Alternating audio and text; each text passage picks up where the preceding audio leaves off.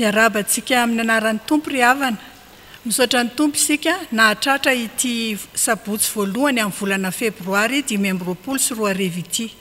Ho aminareo anie ny fahasoavana sy ny fiadanana avy amin'Andriamanitra raintsika sy Jesosy Kristy Tompo. Amen. Andeha isika hidera sy hanome voninahitra an'Andriamanitra amin'ny fiaraha-mamaky ny Salamo 7:100. Sangantsika. Salamo 7:100. Amin'ny anaran'i Jesosy, miderany Jehova ry firenena rehetra, midera azy ry olona rehetra, fa lehibe ny famindram-pony amintsika ary mandrakizay ny fahamarinan'i Jehova. Alleluia. Amen. Iara hivavaka isika. Andriamanitra rainay rainay amin'ny alalan'i Jesosy Kristy. Indreto izahay midera sy mankalaza ary manome voninahitra anao fa tomponay sy mpanjakanay ianao, mpanasoanay ianao, mpitany fanahinay. Misaotra anao izahay Tompo ny amin'ny fitiavana sy famindram-po izay asehonao aminay isan'andro isan'andro, mbola ahafahanay mivory eto, mitondram-bavaka ny asa fanompona izay niantsonao anay tsirairay avy. Misaotra Tompo fa ny fahasoavanao tokoa no mahatoy izao anay.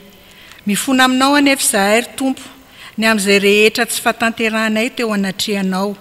Mamelany elokay ary mamindrafo aminay. Sasa ho afa-keloka sy ho afa-pahotany izahay Jesosy, ary ilay rana latsaka ao tao Kalvariany no hanadio anay mba ho vita fifandraisana marina aminao tokoa izahay. Dia manatrefeny Tompo izao fotoana tanterahanay izao. Mangataka aminao izahay fanahy masina, ameno anay tsirairay avy reto, ary ny mpanomponao izay mitondra ny afatra ao aminay, dia ny fanahy masina no ameno azy sy taridalana azy amin'ny fanambarana ny sitraponao. Dia ataovy tsapanay tokoa Andriamanitra fa mamonjy ny teninao. Amin'ny anaran'i Jesosy ny anaovanay izany vavaka izany. Amen. Ny teny izay hovakiana amintsika dia arak'izay voalahatra ao amin'ny mofinaina filazantsara araka ny Lioka. Lioka 9:9, ny andinin'ny 9:7 ka hatramin'ny 7:7. Amin'ny anaran'i Jesosy. Ary nahoana ianareo no miantso ahy hoe tompoko, tompoko, nefa tsy manao izay lazaiko, izay rehetra manatona sy mandre ny teniko ka mankatoa azy, dia asehoko aminareo izay tahaka azy. Tahaka ny olona nanao trano izy, izay niady lalina ary nanisy fanorenana teo ambony vatolampy, ary no nitondraka ny rano dia namely mafy izany trano izany ny rika, nefa tsy nahozongozona azy satria tsara fanorenana izy. Fa izay mandre fa tsy mankatoa dia tahaka ny olona izay manao trano eo ambonin'ny tany, fa tsy nanisy fanorenana, dia namely azy mafy ny rika, ka dia nirodana niaraka tamin'izay izy, ary loza naharavan'izany trano izany. Amen. Ray masino, manamasinana fahamarinana, ny teninao fahamarinana. Amen. Mbola hivavaka isika. Efa novakiana taminay Andriamanitra ny soratra masina ary te hiverina amin'ny teninao izahay mba hitombo amin'ny famonjena, ho tafatoetra tsara amin'izany famonjena izany koa. Dia mitenena ary ny fanainao masina no hamangy anay tsirairay avy, hamangy izao toerana izao. Amen. Novakiana tamintsika ny anjara mofinaina voalohany amin'ity volana febroary ity, izay miorina amin'ny lohahevitra ny perikopa manao hoe mamonjy ny tenin'Andriamanitra. Inona ny zavatra tsaroantsika avy hatrany?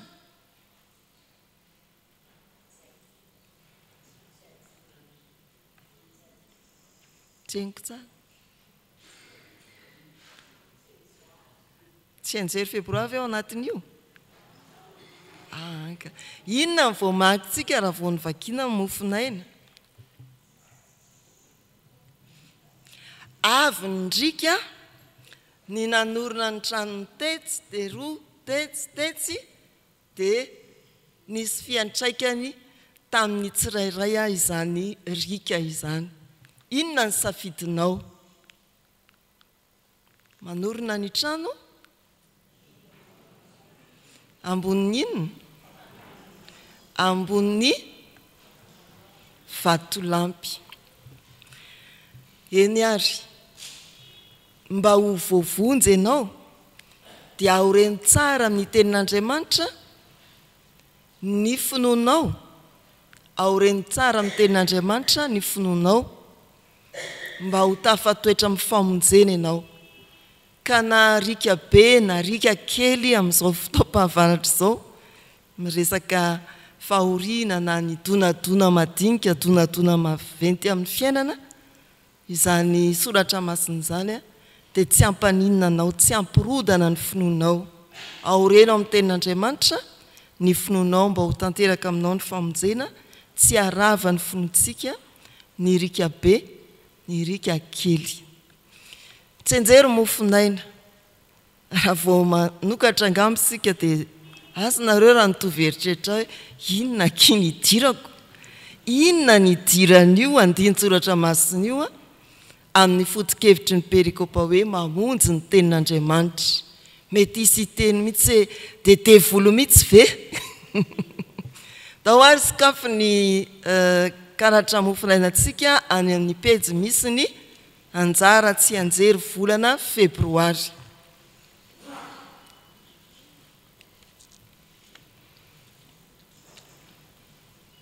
Za aloha mbola tsy mahay an'ilay tsenjery, asa ianareo. Dao iarahantsika mamaky amin'ny anaran'ny Tompo.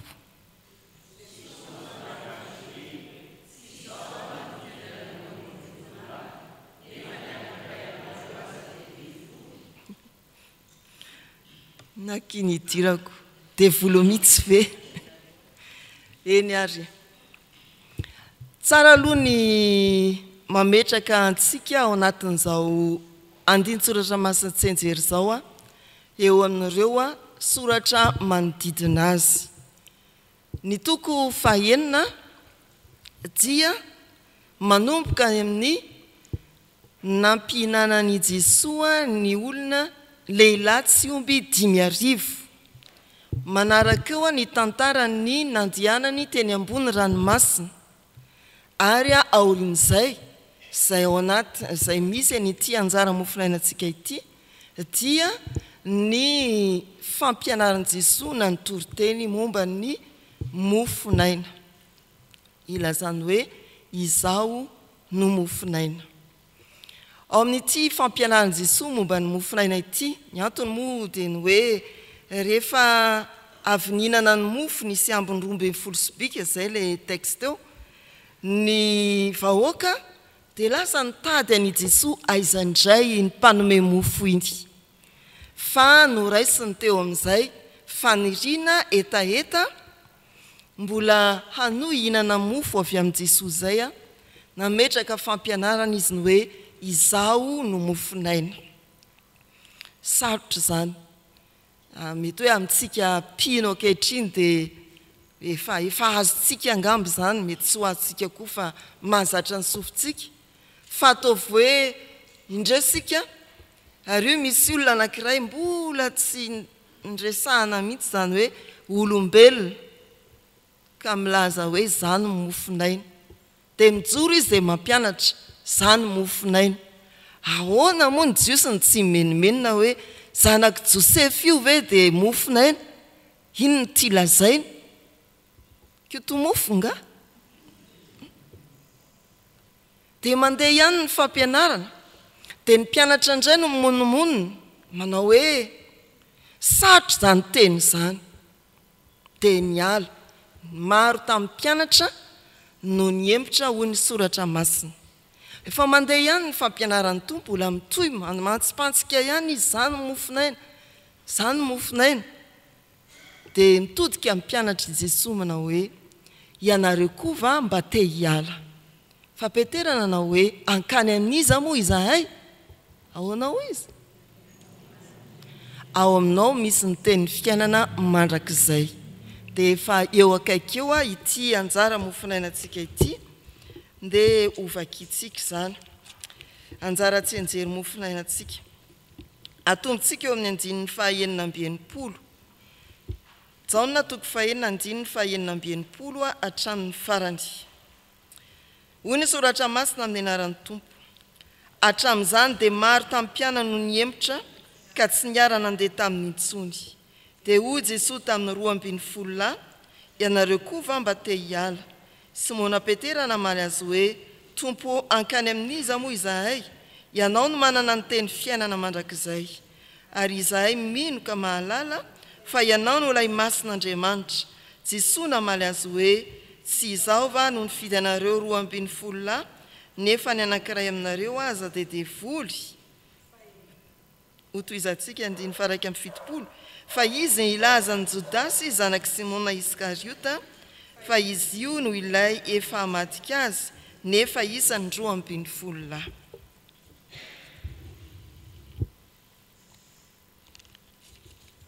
Ny faharetana amin'ny tenin'Andriamanitra tsy mahavery. Ny tenin'Andriamanitra ao no misy ny fiainana mandrakizay.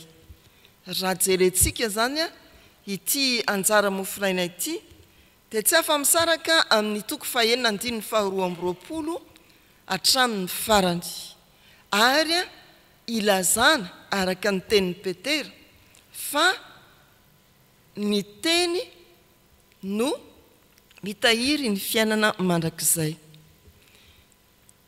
Ny teny no mahavonjy. Izay miala amin'ny teny dia maninona? Any amin'ny fahaverezana. Maro amin'ny mpianatra no niempotra fa Jesosy nanontany hoe ianareo koa va mba te hiala?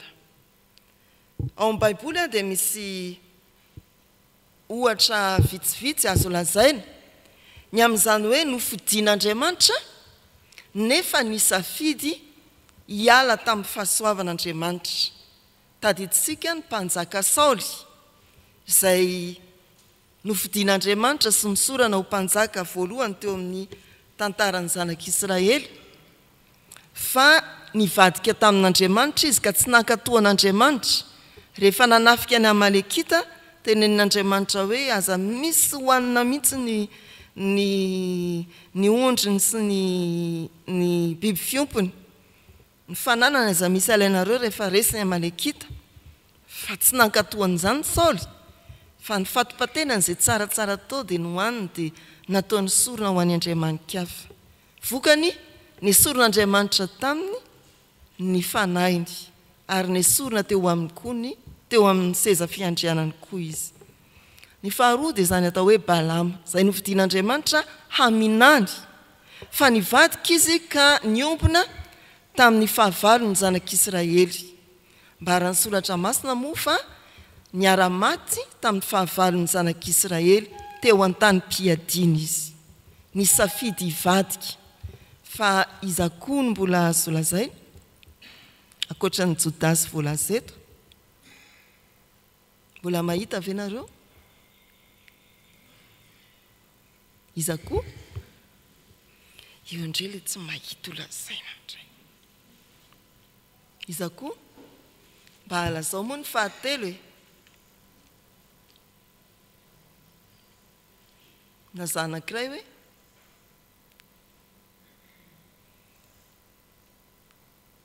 I Absaloma zanak' Davida, tena nofidin'Andriamanitra izy andimbiny rainy teo amin'ny fanjakana, saingy naka mialohan'izany dia ny fofony ain'i Davida.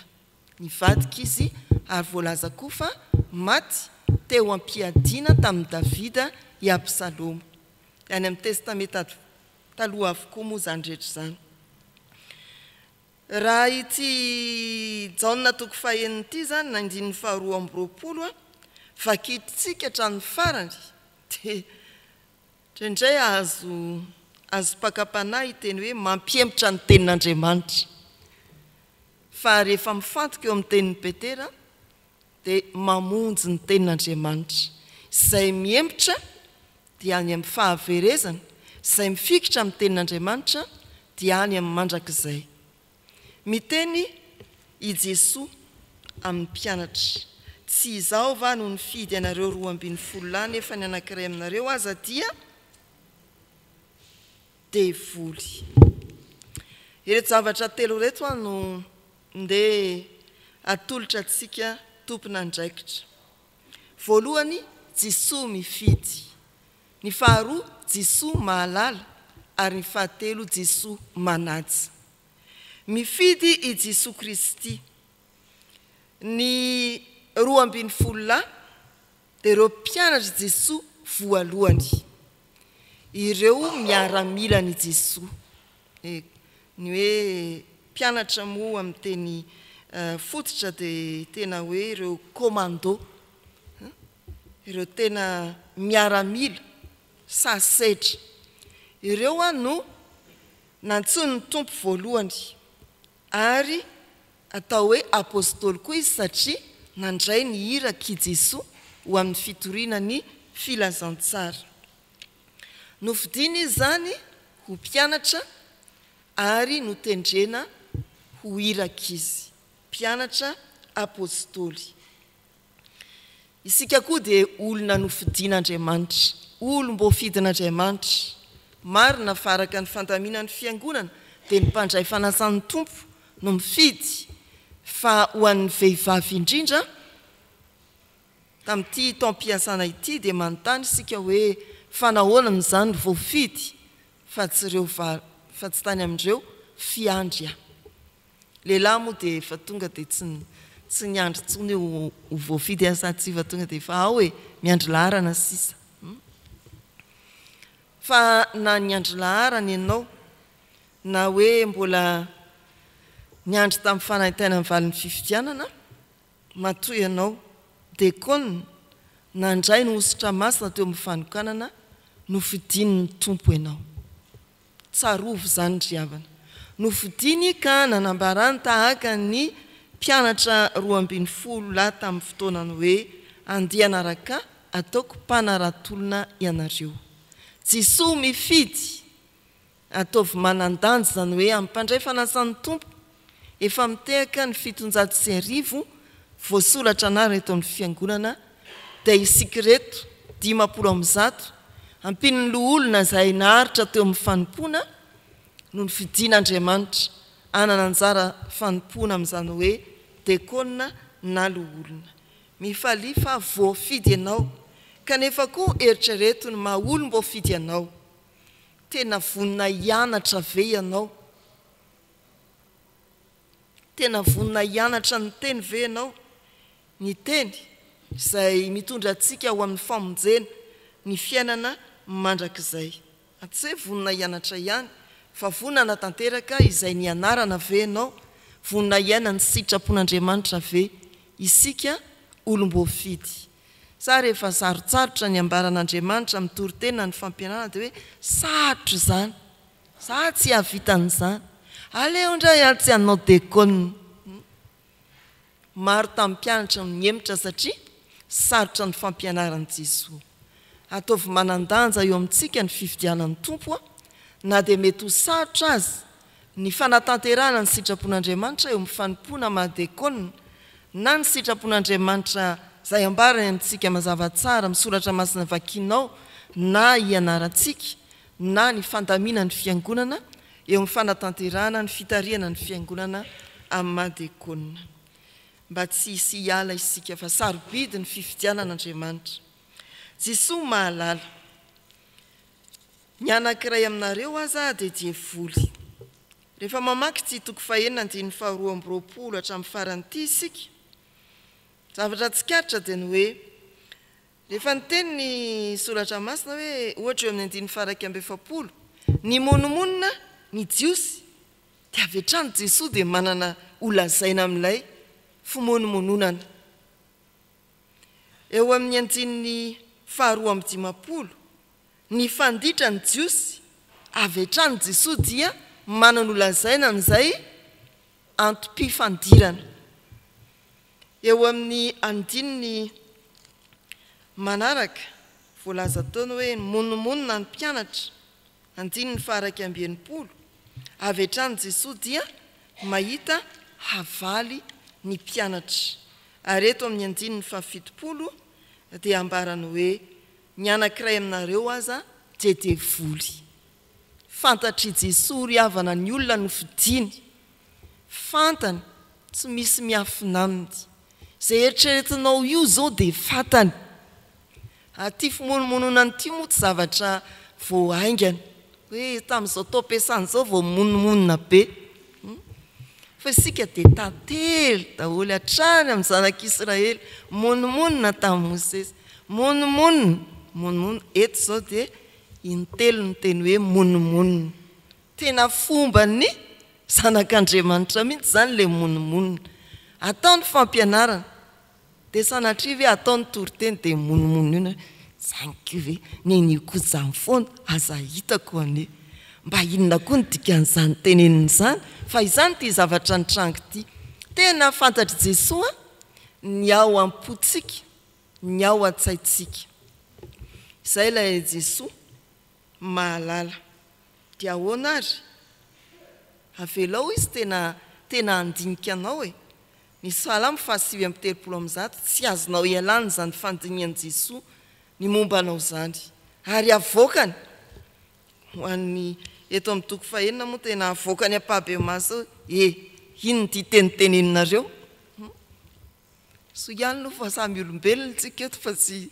Jesosy tsony ny vantana ny joro raha zany na voaboakany teo daholo ny any an-tsainareo rehetrarehetra fa isika eo anatrehan'ny tompo dia metezany hoe mahalala ny tompo 7:30 Salamo efa nandinika ianao ka mahalala ianao ny mahalala ny fipetrako sy ny fitsangako voadinika ao mitoetro raha mandeha ny lavitreny aho dia tadidio fa na iza isika ninona eritreretintsika tena mahafantatra ny ao an-tsainao ny tompo Jodasy dia efa fantany sady fa hamadika azy eo amin'ny 9:7 izay novakina tamintsika teo ny fahatelo dia Jesosy manaja Jesosy ny fidy fa izy tsy manao hoe tsy maintsy mitoetra nareo mandrakizay izy nanao hoe ianareo koa ve mba te hiala ary tsinjony fa hisy hivadika ao Jodasy moa no voalaza eto fa Petera koa dia niteneniny tamin'ny fotoana ianao ne ka andahay ny tompo dia manaja tsara ny fanapahan-kevitritsika nanaiky ny antsony sy ny fifidianany sika nandray ny fanokanany sika nanantitrantotra ny fanoratena tamin'ny fandraisan-tanany sika fa ny tompo eo anatrehan'izay nantazona ny fanekeny azy fa izany ny Andriamanitra tompontsika dia tsy mamela antsika kalalahana izy tena mamela antsika kalalahana isafidy izy anapa-kevitra na iova hevitra indray za tsy anao indray tahaka ny Jodasy ny safidy hivadika tahaka ny Saoly tahaka ny Balama tahaka ny Absalomo ny safidy fa tsy nisalovana an'izany safidiny zany i Jesosy dia navela ny Jodasy nandeha tamin'izay safidiny izay endrika samihafa ry havana no mety isehony izay fandavana na fanapahan-kevitra hiemotra na andahy tahaka ny Jodasy eo ihany ianao fa tsy manao ninonina efa fandavana ane zany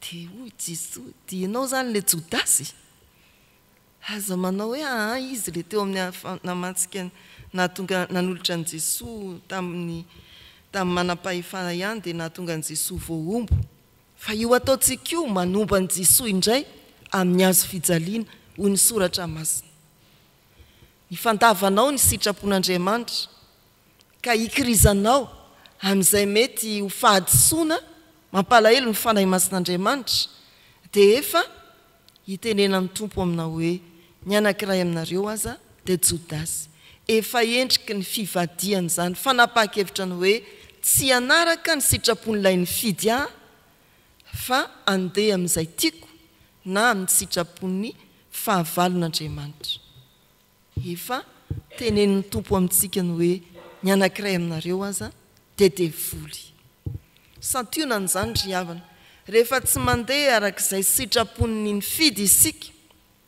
na tsy manao izay ampanaoviny dia eo amintsika io andinin-tsoratra masina io tsy miandry hoe aizandray ny azo fijaliana matsihana an' Jesosy fa ny fihetsika rehetra mandany sitrapon'Andriamanitra eo amin'ny fiainantsika olom-boafidin'Andriamanitra dia sary milaza ny nataon'ny Jodasy famadiana an'i Jesosy manaja n'izany safiditsika zany anefa ny tompo anao ianao misaotra anao izy mampahery anao izy tsy anao ianao dia hoy izy hoe safidinao zany ka tsy aleo ve manao ankany amin'iza moa dia naman'izay emotra ve isika ianareo koa va mba te hiala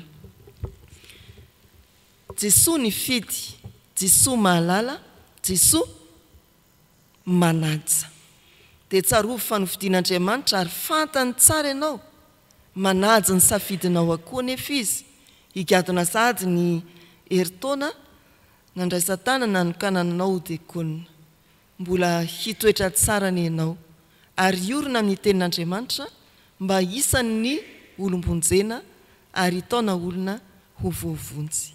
Amen. Ivavaka isika.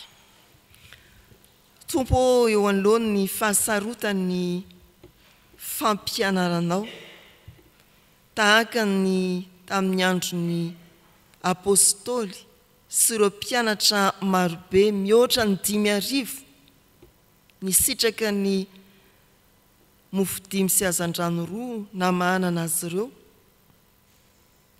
dia matsiaro izahay fa tsy mora tokoa ny fampianaranao mitady emotra izahay satria tsy zakanay ny zavatra irinao mba ho tanterahanay takinao mba ho tontosainay indraindray aza moa dia everinay ho zavatra manavesatra ny fandaminan'ny fiangonana ho fanatanterahana ny sitraponao ho fanampinanay anatotosan'ny fanekena izay notononay amin'ny malo olona sy diakonina nay mamindrafo aminay tompo raha manontany ianao manao hoe ianareo koa va mba te hiala dia miompopeo amin'ny Petera izahay aza sokajiana ho ilay anankiray nofidiana kanefa devoly fa atao voisan'ny mpanomponao mahatoky hatramin'ny fahafatesana amin'ny fianarana ny teninao amin'ny fiainana ny teninao amin'ny fitoriana ny teninao ka handray ny satroboninahitra fiainana dia misaotra anao ry tompo mbola mamelanay ho tonga aty am-piangonana amin'izao maraina ny sabotsy izao na dia betsaka aza ny fandaram-potoana mety manery anay nataonay ho voalohany fifidiananao anay hanavao fanolorantena ho isan'ny olona sy diakonina amin'ity maraina ity dia iroso amin'ny fotoam-bavaka izahay mba hiaino sahady ianao ary vonina amaly anay mba hoery sy fifaliana ho anay ho fampandrosoana koa ny fiangonanao amin'ny anaranao Jesoa. Amen. Misaotra ny tompony amin'ny fanavaozam-panolorantena navelany ho tanterahantsika manasa ny mpitandrina mizatra raha amarana amin'ny vavaka ombany ny rain'izay ny an-danitra aorin'izay ny andininy fa efatra farany amin'ny rahateo dia izy koa no hanolotra ny tsodrano. Ivavaka isika tompoko. Andriamanitra ray zanaka fanamasino rainay amin'ny alalan'i Jesosy Kristy tomponay ianao sotranao izay tompo fa tanteraka somatsara ny fotoana tamin'ny tian'io dia ny fiombonam-bavaka ny fikapanan'ny diakonina sy ny loholona izany sotranao izay tompo fa afaka nintoraka teto anatrehanao izay tamin'ny alalan'ny fitondranam-bavaka ary misotranao ihany koa izay tompo fa mbola nomenao indray izay ny teninao izay manambara ny sitraponao Andriamanitra fitiavana ianao ary miteny amin'ny mandrakariva ianao mba hahaizanay indray mandeha araka ny sitraponao Andriamanitra dia aoka ny tompo izany teninao izay nambara ny mpanomponao izany mba ho tena hitoetra ty anatinay izany mba tsy handalo fotsiny aminay fa tena hiainanay sy hankatoavinay ary hivelomanay izany teninao izany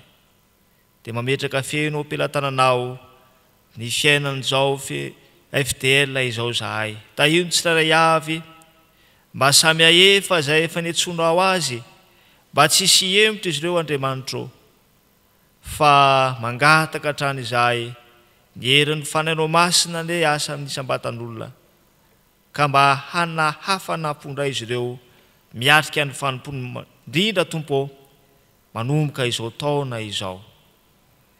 Dia mametraka feno ampilatananao izay Andriamanitra, ny fiainana rehetra, ny fiainam-panomponay, ny fiainan'izao fiangonana izao, ary indrindra ity tontolo andro izay atrehanay ity, mba tena hatsapanay fa Andriamanitra miaraka aminay ianao, ary Andriamanitra momba ny fiainanay ianao, ary dia ny fiadananao Andriamanitra amin'ny toero aty anatinay.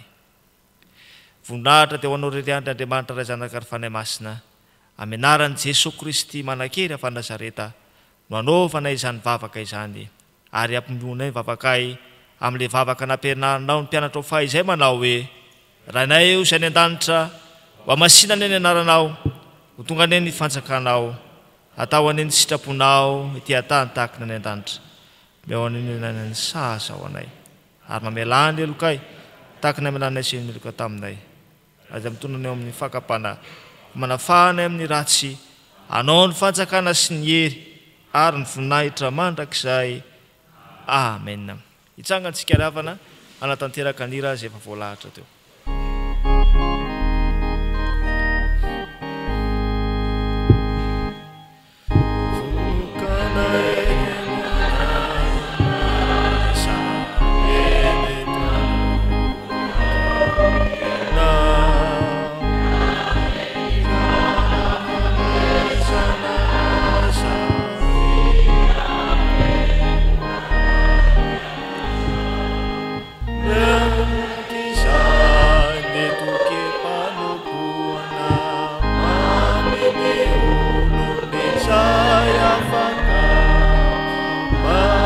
Kisah ekenai ufaneva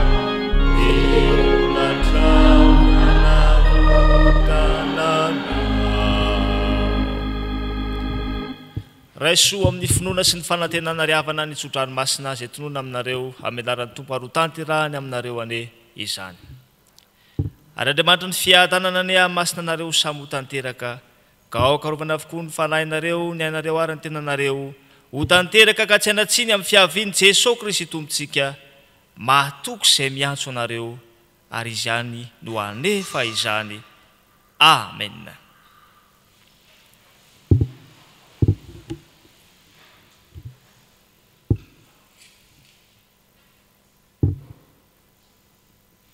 Ho an'Andriamanitra irery any ny voninahitra amin'ny anaran'ny Ray sy ny Zanaka ary ny fanahy masina. Amen.